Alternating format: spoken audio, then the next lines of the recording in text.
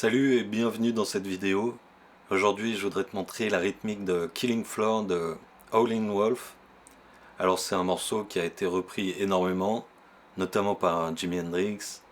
Il y a une super version aussi à Crossroads avec Robert Cray et Eric Clapton. Mais aujourd'hui pour cette vidéo je me suis plus inspiré de la version d'Albert King et je te conseille d'écouter cette version là parce que la rythmique elle est plus évidente, elle ressort mieux dans le mix que la version originale. D'abord je vais te montrer le riff parce que dans ce morceau il y a deux parties différentes qui font un peu l'identité du morceau. Il y a le riff, c'est une ligne de basse jouée à la guitare, très simple, que je vais te montrer, et après je vais te montrer la rythmique en elle-même. Donc le riff, il est très simple, il fait comme ça.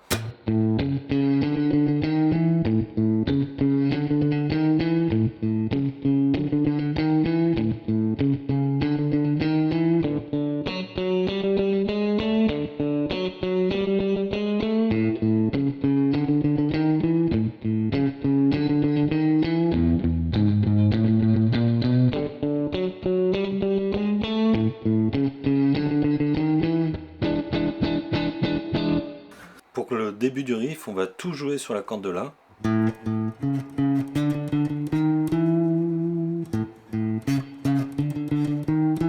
Donc on fait deux fois à vide, ensuite quatrième case pour aller chercher la tierce, ensuite cinquième case et sixième case pour faire un petit chromatisme vers la cinquième case qui est la quinte.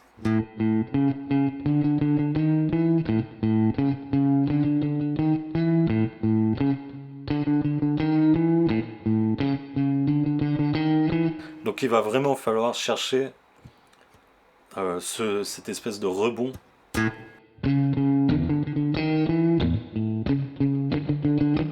Il y a un côté très percussif à avoir à la main droite, tout en étouffant les cordes à la main droite et à la main gauche en même temps.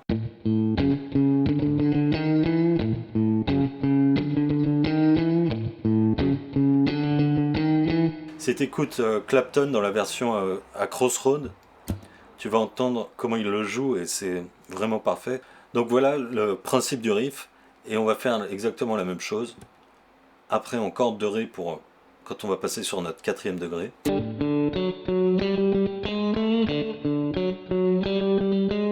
On va revenir en La.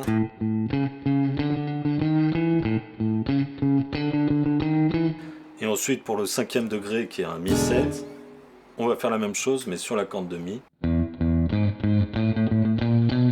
Ensuite on revient en Ré.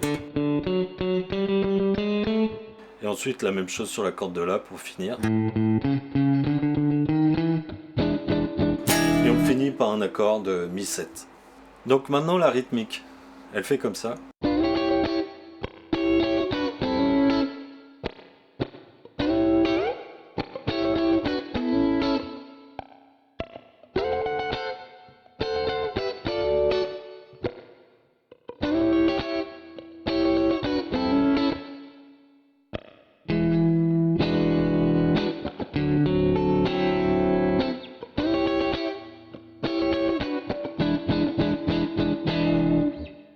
Donc le riff il fait comme ça. Donc ici on a cet accord.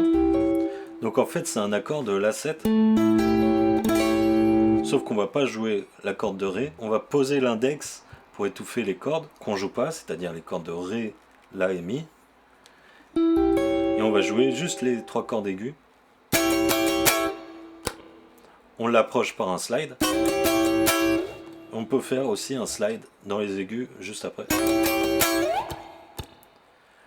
Ou alors on peut faire juste deux croches. Si tu écoutes Albert King, tu vois qu'il alterne entre 4 doubles et 2 croches. Après on pose l'index pour faire entendre le barré sur la 7e case.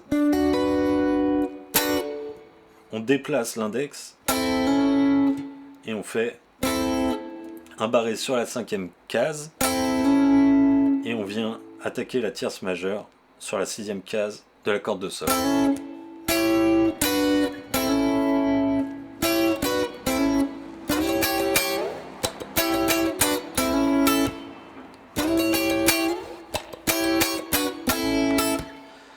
Voilà.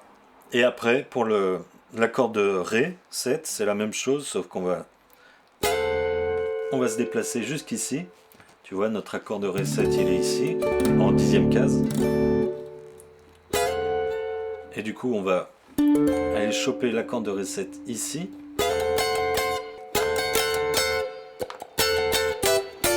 On fait le même riff. Et la même chose, on revient en La 7. Et pour la fin, on fait juste deux accords Mi 7 9, Ré 9.